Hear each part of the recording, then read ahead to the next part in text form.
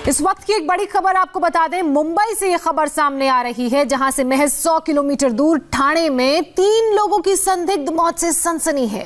दिवाली की रात गायब हुए तीनों लोगों की लाश जंगल में लटकती हुई मिली है। ये सभी लाश पेड़ की टहनियों से लटकी हुई है। इसमें सबसे रहस्यमय है वो चौथा फंदा जो खाली था। ये फंदा किसी की साड़ी से बनाया गया है और हैरान करने वाली घटना ठाणे के शाहपुर तालुका में हुई है। पुलिस ने जांच की तो पता चला कि तीनों शख्स अमावस्या की रात से ही घर से गायब थे और ये लाशें उन्हीं की थीं। मरने वालों में एक शख्स पूजा पाठ करता था, तंत्र मंत्र करता था। पुलिस इस एंगल से भी तफ्तीश कर रही है कि कहीं इस मौत के पीछे तंत्र मंत्र तो कारण नहीं। मरने वालों के नाम मुकेश गैवत और महेंद्र डुबेले हैं। दोनों रिश्ते में मामा भांजे लगते हैं। तो वहीं तीसरा शख्स नितिन बेहरे काली मां का भक्त था और तांत्रिक भी था। पुलिस को नितिन बेहरे के घर से तंत्र मंत्र का सामान मिला। आशंका है कि कहीं इन तीनों के सुसाइड के पीछे अंधविश्वास तो नहीं, तंत्र मंत्र तो नहीं। तो ये ठाणे से तस्वीरें सामने आई हैं, जहां एक पेड़ से 3 लटकी हुई लाशें मिली और एक साड़ी का चौथा फंदा जो था वो खाली था। और ये जो तीनों लाशें यहां से मिली हैं, ये उन लोगों की बताई जा रही हैं जो दिवाली वाले दिन रात को अपने घर से गायब हुए। हालांकि तंत्र मंत्र के एंगल से भी इस पूरे मामले की जांच की जा रही है। वो इसलिए क्योंकि एक तो अमावस्या की रात को ये तीनों लोग गायब हुए थे और इन तीनों में से एक शख्स मां काली का भक्त बताया जा रहा है और उसके घर से तंत्र मंत्र का सामान और किताबें भी मिली हैं। हालांकि मौके पर टीम जो है वो कई एंगल से इस पूरे मामले की जांच में जुटी हुई है।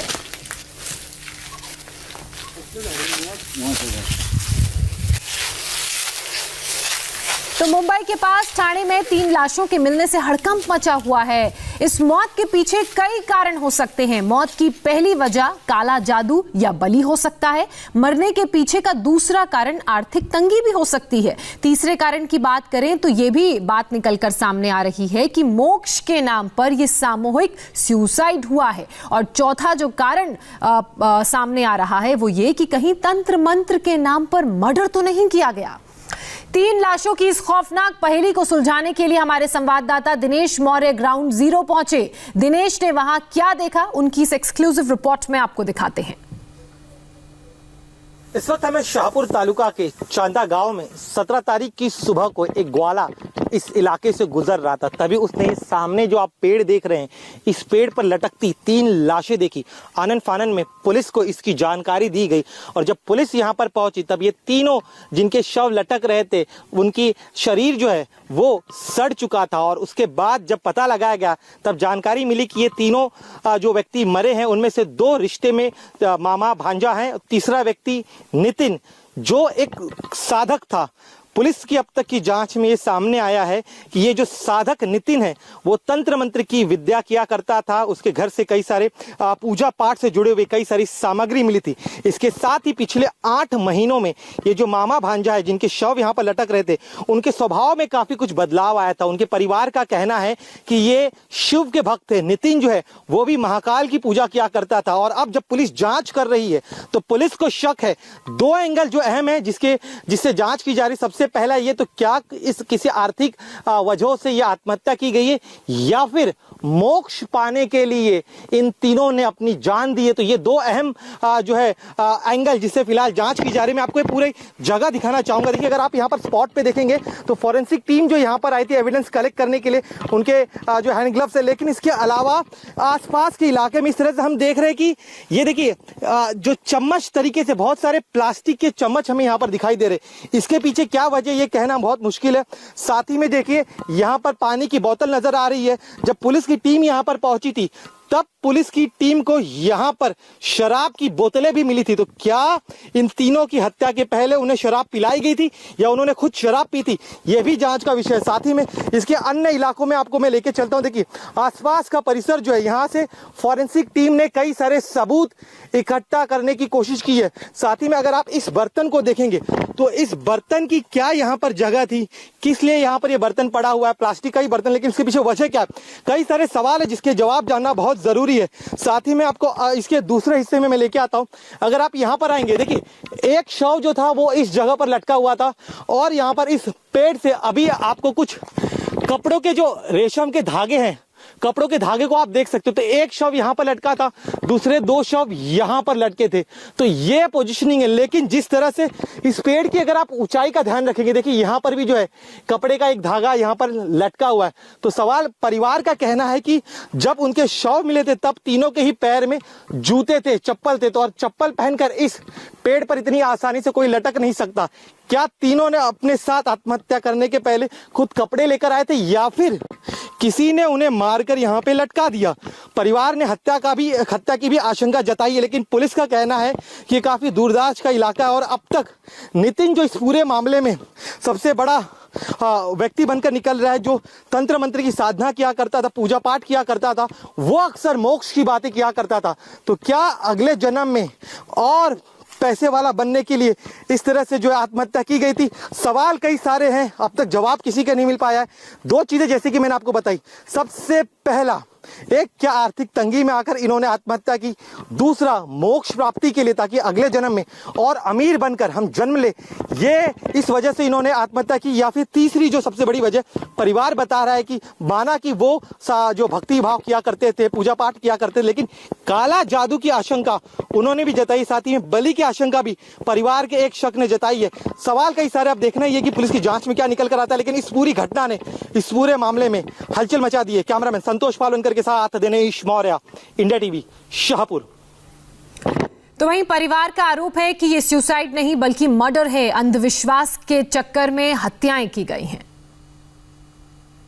हाँ, वो तो भगत था।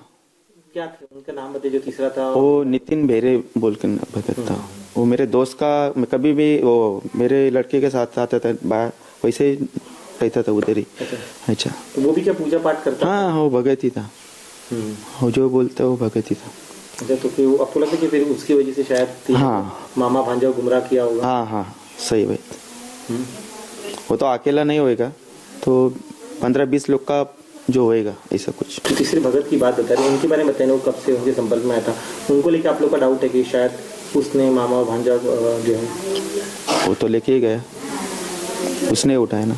वो है मेरा बड़े भाई का लड़का जो दुबे लेना, मुकेश दुबे। ऐसा ही कुछ हुआ है, उनको साथ धोखा हुआ है कुछ।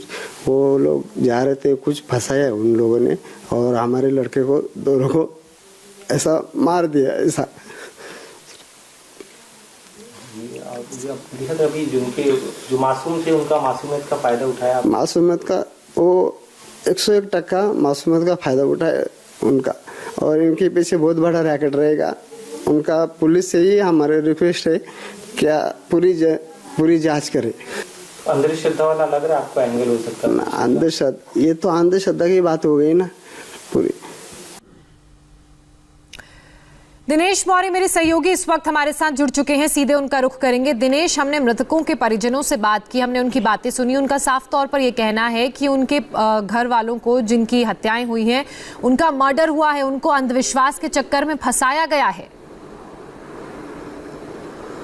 जी बिल्कुल, देखिए परिवार ने जरूर शक जताया, लेकिन अब तक की जो जांच है उसमें कई सारे चौंकाने वाले बातें सामने आई। खास तौर पे कल एक शख्स को हिरासत में लिया गया था, क्योंकि 3 फंदे थे, लेकिन जो चौथा फंदा गुलाबी रंग की साड़ी से बांधा गया था उस पर कोई लटक नहीं रहा था कि आखिर वो फंदा क्यों बनाया गया था। क्या किसी चौथे व्यक्ति के लिए वो फंदा बनाया गया था, या फिर उस फंदे के पीछे कोई और बड़ी वजह हो सकती है? इसका पता लगाने की कोशिश करी। जिस शख्स को हिरासत में लिया गया था उस शख्स ने कई सारी जानकारियां जो इस समय पुलिस को दी। फिलहाल पुलिस जो है, चूंकि मामला एक बड़ा एंगल जो निकल कर आया अंधश्रद्धा का, मोक्ष प्राप्ति का, और सबसे अहम अमरत्व प्राप्त करने के लिए कई दिनों से जो है एक विधि कर रहा था नितिन, इस तरह की जानकारी निकलकर सामने आ रही। तो इस जानकारी को क्रॉस वेरीफाई करने की कोशिश जो है वो पुलिस द्वारा की जा रही है। आपको एक और चीज बताऊं, पिछले 6 साल से नितिन बेहरे जो है जो साधक के तौर पे तंत्र मंत्र किया करता था, 6 साल से इस तरह का काम करता था, और जो 2 अन्य लोग मरे, मामा भांजा, वो उसके पास जाया करते थे। और लॉकडाउन के दौरान ही जो है इनकी स्थिति बदलती गई, और अमावस्या की रात को काफी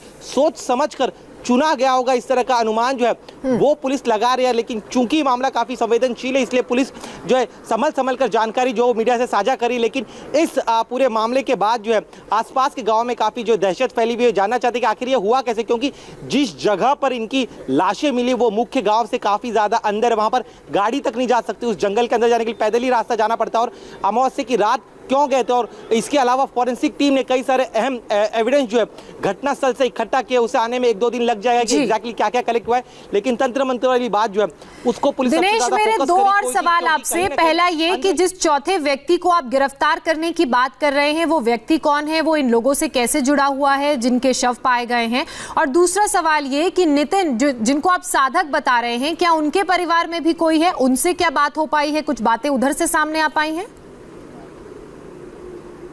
देखिए, किसी को गिरफ्तार नहीं किया गया, हिरासत में जरूर लिया गया था पूछताछ करने के लिए, क्योंकि इस शख्स के पास जो तीन लोगों की मौत हुई है उनसे काफी करीबी था और आत्महत्या की रात जो है वो उनसे मिला था, और इसीलिए जो है उससे पूछताछ की गई है। दोबारा फिर पूछताछ की जाने वाली है।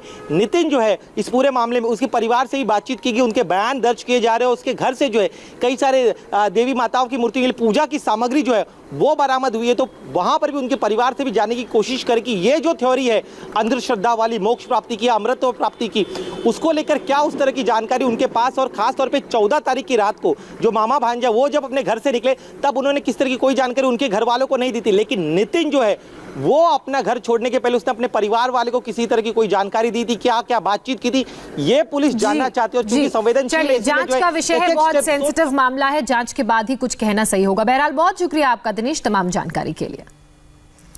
प्रधानमंत्री नरेंद्र मोदी यूपी को बड़ी सौगात देने वाले हैं, हम आपको सीधे ले चलेंगे, लेकिन फिलहाल एक छोटे से ब्रेक के लिए रुक रहे हैं।